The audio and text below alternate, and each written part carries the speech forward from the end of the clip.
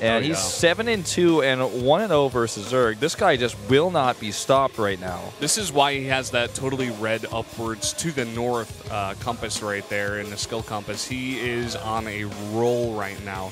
Unfortunately for him, he hasn't played so many games against Zerg, just 1-0. But in that one game that he did play, it was a win. So that is one thing going for him here, at least at Pro League. Here's Action. He's 2-1 in Pro League. He's 0-1 against Terran, and he's probably most well known in Pro League for being in a dragon suit and getting beaten up by Flash with a ruler. That's actually like probably what he's most well known for, actually, to be perfectly honest. But the thing is, this guy has a lot of potential. Did qualify for Code A, and he's not a bad Zerg. But is he on the level of the rest of the KT players they've chosen? I would say no, but they keep using him. And he did make it to Code A, so maybe he's going to prove us wrong today. But Bbyong, highly favored to take this first game. The map is Frost. Let's not waste any more time, Brendan. Let's jump into it.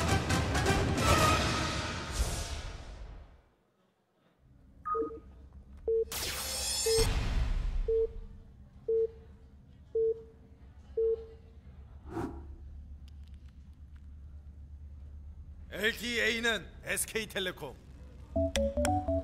Up here in the top left, in the purple for CJ Entis, the Terran player, it is Bbyong.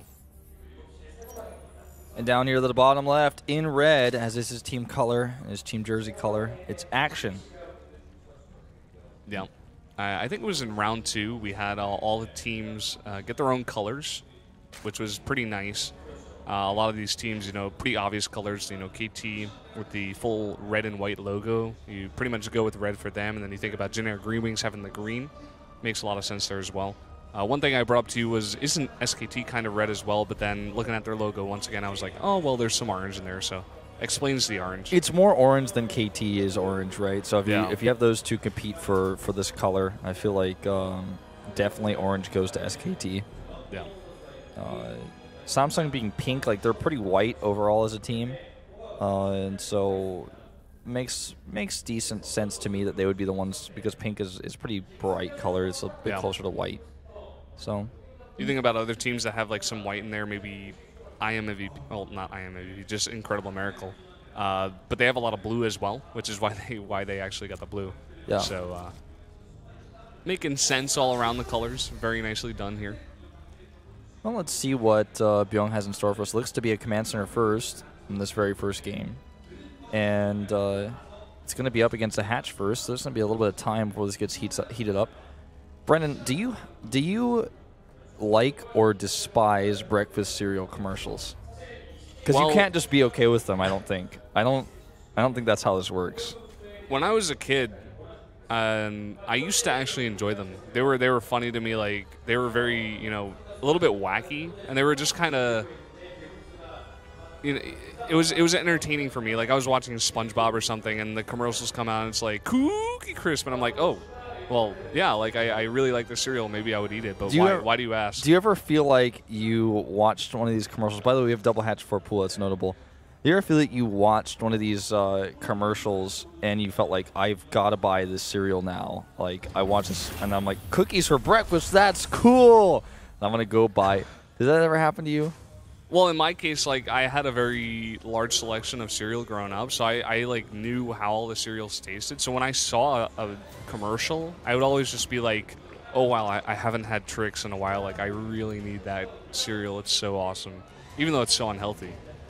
It's just like these commercials were so loud and so intense all the time. I remember when I was a kid, there's a Reese's commercial. The guy's like, so I was on the subway, and those guys said, hey, I had Reese's for breakfast. And the guy's like, really? What? Reese's for breakfast? And I'm like, what I would have been like is like, why are you telling me what you ate for breakfast? That's pretty weird. I'm like, I'm just trying to go to work. I'm not going to freak out and be like, well, you know what? That's more power to you. You know, you can eat candy for breakfast. That's totally fine. That was their marketing campaign, that you shouldn't eat candy for breakfast, but then you could eat candy for breakfast because it's cereal. Like, that's really the plan there. Yeah, I don't know, but I guess it worked on kids. Like, I don't know. Reese's Puffs were actually pretty decent tasting. I don't think I ever had Reese's Puffs, actually. Like, I thought they were fine. Like, I was okay with them. One of my favorite ones was s'mores. You ever eat that cereal? It It had the marshmallows and it had the like the breadish kind of. Yeah, no, I know what you're talking about. Not like Chex, but like there's those little things. I know what you're talking about. Squares. Yeah, little squares. Great cereal. Try it if you haven't.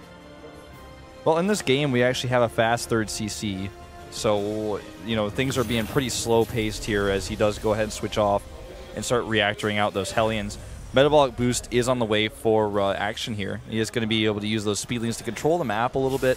And I think it's also a great follow-up to Double Hatch before Pool because you have so much extra larva that you can use for Zerglings if you need them, and then you can defend against any sort of weird timing that might come across the map to punish you for the fast third hatchery that you've taken. So I'm pretty cool with it. And also he's doing something that's even more cool, which is getting the speed for his Overlords.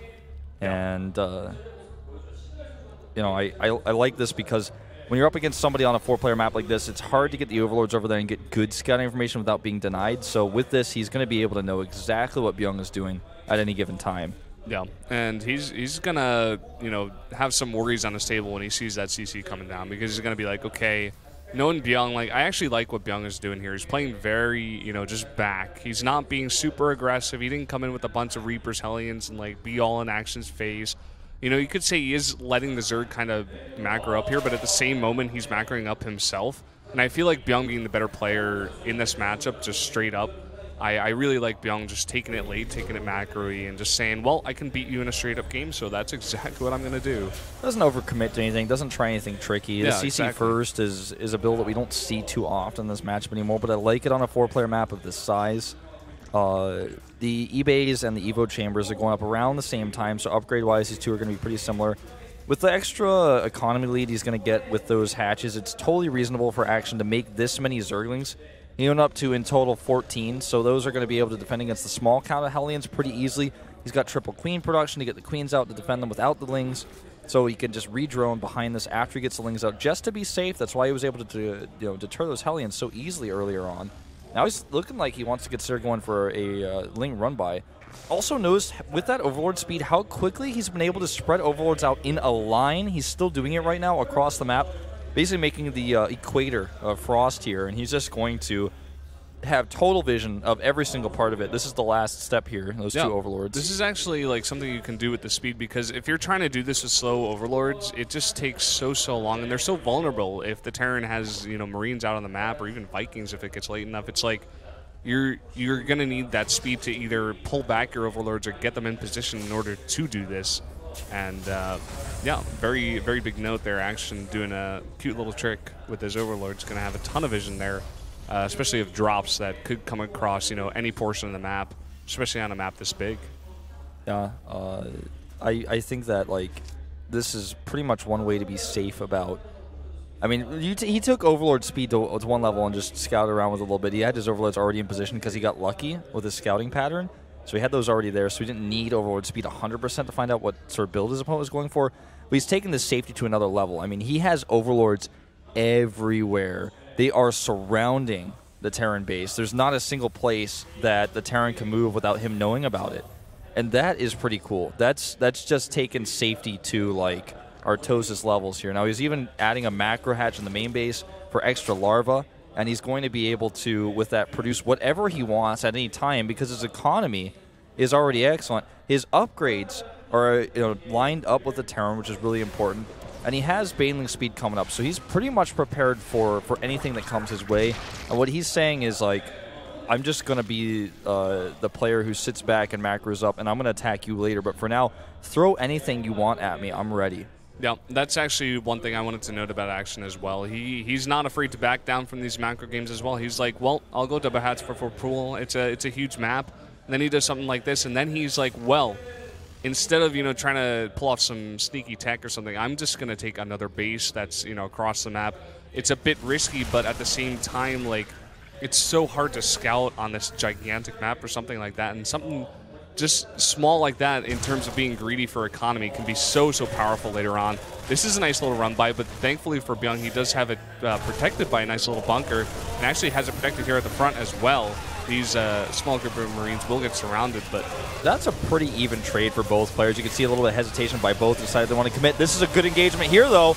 Bit of a slow lift up there. No, he does get actually most of those out. It's really hard to tell actually on my monitor how many of those Marines actually died. But it looks like maybe all of them will die because, yeah, he unloads here, but the Lings are coming around. Needs to save those mutes. Well done. Very well done. Now the lift is there. Hits the heavier medevac first. And with all these overlords, there's just no mystery. Yeah. There's no confusion about exactly where the drops are going to go, where he can find them, where he can kill them.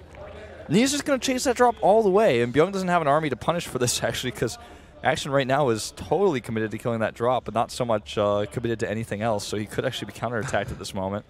The other thing that Action is doing so well is the creep spread. He's got 3 queens there on the edge of his creep. He's pushing it all the way across the map. He's just being so on top of everything in this game. Action playing some pretty impressive ZBT right now. Well, I mean, the Viking is over there now, starting to clear up some of those overlords on the right side of the map. This group of units is detected, so he's going to have to be careful about how much he really commits to this. He's not on creep right now or anything like that, but Action knows he's coming. Meanwhile, we do have another attack over here at the natural. One muta does go down, a bit sloppy here. And Overlords over here a bit in panic, do get targeted down, and now there's no mutas nearby to actually clean this drop up. Widowmine's getting some decent hits, killing a queen even there. Yeah, now he's going to drop on the high ground. He's going to be able to snipe that gas. And, well, look at this, getting a decent number of Marines over there. Wasn't there for the beginning of that fight, but well cleaned up by Action, not getting any damage done over there by those 2 medevacs of Bbyong. Well, these 2 medevacs over here look like they're ready to get out now that he's seen where the Mutalists are coming from and exactly how far away they are. He feels content to move back here a little bit, and I think he decides, wait a minute, what if he's got another Overlord spotting when I move and then he just intercepts me? I'm just going to unload my Marines. If he sends a Mutas over and finds me that way, I can trade the best as I can. Meanwhile, while he knows the Mutas are actually going to find his drop to the bottom right, he sends another drop to the left side of the map. There is an Overlord to spot for that. Oh, wow, I don't think he saw those. I guess not. Bbyong has it so well hidden all the way in the very back. But here's that drop you were talking about. The Marine's going to get dropped out. This will get cleaned up back here, but there's nothing to defend. He's got to bring all those Zerglings back to his natural. Meanwhile, pushing on the creep is Bbyong. He's going to clean up all this creep in the meantime. Great multitasking here by both players. The drop is cleaned up. Those Spore Crawlers helping out immensely there. Without those, he would have had a bit of a tougher time. There's a lot of Widow Mines on the map right now, Brendan. They're starting to rack up some serious kills here. So he's got to be careful about engaging against those. The Overlord speed, again, pretty useful against that. And here we go. He's going to engage on top of this. No Banelings here just yet, but here they come. Before they're even there, most of those Marines are cleaned up. The Thor is lifted and run away. But Bbyong has lost all control over the map. He starts 3-3 upgrades right now, but it might be a bit too late. That Thor gets dropped out here to try to help out, but it's not going to be too useful. That Thor on the ramp is really nice, but there's just so much damage output here. I'm not sure if he's going to be able to survive this. Yeah, it's hard to say for now. I mean, where is the army of Bbyong? It's part of it is over here denying this base. That's going to be very good, but he's got to defend against this push right now. A ton of Mutos going to deny the third base, and so many SUVs going to go down as well. Could even clean down these Marines as well. Yeah, he's just fighting this so well. He knows exactly how many units he needs to fight it. And, I mean, Bbyong is stabilizing quite a bit here, but he's lost a lot. He's lost a lot of ground. But the drop that he does over here that kills this fourth base and a lot of the drones is what really keeps him in this game. Worker count now down to 78 for Action, so he still keeps a decent worker count here. But it's the problem being that the Terran is now on 4 base with all his mules, and 3-3 upgrades are on the way. And because Action has stayed so heavy on this tech, on the lair tech, without teching into Hive, until very late here, his upgrades for 3-3 are going to be very far behind. He only now starts the melee upgrade. Doesn't have enough to start the +3 Carapace upgrade. Yep. He doesn't have Infestors out, and he's just going to be a bit stuck on this composition for a while. I mean, the big thing about losing that 4th base for the Zerg as it gets later with all the upgrades you need and all the Mutalists, the heavy gas units you need is the lack of gas. He just doesn't have those 2 extra gas mining from that 4th base, and he's going to need a solution for that really soon if he wants to stay in this game later on. Ultralisk Cavern on the way. Not a bad choice, I would say, in this position. Another Widow Mine over here gets a shot off on those Lings. It's kind of painful. Another Ling counterattack comes over to the 3rd base while he attacks the natural right now with a big group of Mutalists. He's taking those turrets out one by one. They do have +2 now. The Lings get cleaned up without a hitch over here, but a lot of SCVs being taken out over here. And gets another one. It's actually dropping the mules there confidently as the Thor joins in, as well as the Widow Mines with that faster burrow upgrade. He's got to get out of there ASAP. These things will likely be cleaned up without a hitch as well. And map control coming back to Bbyong a little bit, I would say. He's eliminated the creep. He's now having some successful drops. There's no way these mules can really do any damage to him. And now that 3-3 is done, I'm pretty sure he's going to start thinking about making a big push across the map to try to end the game or at least kill some of these bases that are around the map. Yep, that's definitely something he can do. One thing I love that Bbyong is doing right now is he knows the Mutalisks are harassing at his base, so he's just going to go for a drop on the other side of the map. He cancels that 4th base once again. Here's a nice little run by these Zerglings. Action being on top of this. The Marines a little bit far behind. Not sure how much damage this will get done, but, again, just distracting Bbyong for a lot of time here, delaying that push ever so much more.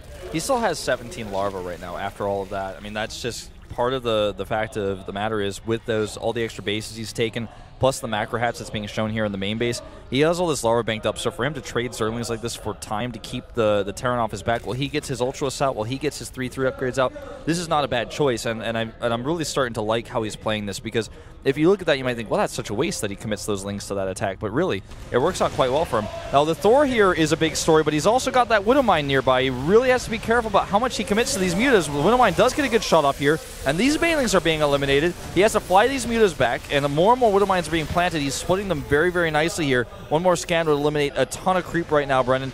It looks like the Mutalisks are actually going to stay around after all. He's going to catch another Thor here, very expensive catch, and maybe even some of these Marauders and Marines that are coming out of the barracks.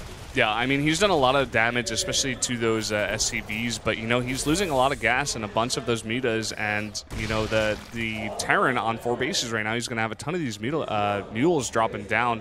I'm not sure how, worth it that trade was for Action there. He lost a lot of mutas. Really starting to worry about that for him. All these SCVs in the red, by the way, so just one Baneling hit will kill him. He decides to kill the Planetary instead. Now, if you look at this, you might think, wow, he killed that Planetary. That's a huge blow to the economy of Bbyong, but he has extra bases already set up. They can lift and move over there, and that is a ton of gas lost and a ton of army lost. Without those Banelings, there's a timing unlocked right now for Bbyong where he can move across the map and punish for that lack of gas, and he's doing it right now. Here he comes, marching straight down the center. He has plus 3-3. He's about to have plus 2 armor for not only his Thors, but also his Medivacs. Here come the Ultras, though, and the Banelings are here to support as well. Let's see how good that splitting is, Bbyong. Pretty decent so far. He's coming back, but with the extra Zerglings coming in, is trying to surround at the back of the Marines, and they do get the surround. But, the extra reinforcements coming here for Bbyong, it just looks like too much for Action right now. Trying to get 3 more Ultralisks on the field and a bunch more Banelings to hold the next push. There's a lot of dead Medivacs on the map right now. There's no energy on the Medivacs that are out, so this Bio army is weaker and weaker every time he has to stim. He needs to get more and more Medivacs out to heal that, and the Medivacs he has out now, if he can keep them alive, will eventually replenish their energy, but they're not doing a whole lot for him right now. Whereas the Ultralisks have gone home, get some transfuses, they've recovered a lot of their energy, and they're going to come back fighting with a lot more Baneling support. So engaging here without this Planetary. Planetary's not ready yet. This could be a really good opportunity for Action. He's down in supply right now. Oh no, losing those Banelings, such a big loss there. Yeah, a nice little catch there, but here comes Action again coming in. The Banelings, not the best hits. A lot of them exploding on the Thor, and with a bunch of these Marines in the back as well as the Marauders, it looks like they are going to clean up a bunch of these very expensive Ultralisks for a very nice trade here for Bbyong. Yeah, he's targeting those down pretty well. The last of the Ultralisks is starting to fall here. Well, I take that back because there's 3 more over here, and he's going to even run that 4th one down to attack the Planetary. Good stop position. Those. Yeah, a good stop position on those SCVs, so he's kind of bugged out a little bit. There are a few Queens in the middle of the map that were supposed to come to help with transfuses, but they weren't here in time. Is he actually going to save his Planetary? No, he's not. He needs to maybe try to save that Ultralisk. He just keeps trading these very expensive units while he doesn't have much of an economy back at home. This is basically like this all-in timing for Action as he realizes this Terran army is eventually going to overwhelm me. I've lost too many bases. I've lost my 4th at the bottom right to these drops. It's just too many times. The 5th base, I lost it. It's not mining right now. And he just keeps trying to force his way across the map with these expensive Ultralisks. Now he's got the Queens with this. But even still, there's so much Bio here, and just a few Widow Mines that might come down and would just end the game. Way too much Bio here. Yeah, I mean, he's so low on health, but it just doesn't matter. Yeah, this is Action just trying to finish it, but it just doesn't look like it's going to. Decent Baneling hits, but, still the Bio just continuously coming out. these 3 queens and a bunch of Zerglings aren't going to do anything against this right now. If he had 1 or 2 infestors with this, which he can't afford, of course, I think he would have been in great shape with just 1 or 2 fungals, locking those units down. But look at this, even 2 Widowmine's going to come over here and harass at this location. And even with some support here of the Marauders, Widowmine actually doing more damage to Marauders than anything else, even killing a medevac there. There's just way too much drone kills. And 13 Marines at a time. This is what Terran could do with dropping mules very cheaply. GG. Solid game by Bbyong. Action playing some parts of the game beautifully. You know, always spotting when drops are coming to your bases is so important. Having the Overlord speed out early to scout what composition was coming. Having always the spotters for the drops. His Mutalisk harass. But it seemed like his drop defense was pretty weak overall once the Overlords were cleared. And maybe that's why he spent so much time setting up, just knowing that that's one of his weaknesses. Yeah, that was definitely a big point in this game. I mean, Bbyong just on top of it all the time, especially when Action was harassing with the Mutalisk. He knew that the Mutalisk could not defend the drops, so he just went across on the other side of the map. That was a very big map on Frost, and he was just able to go to that 4th base that was very far away from the rest of Action's bases, and he was able to take it out like 3 times.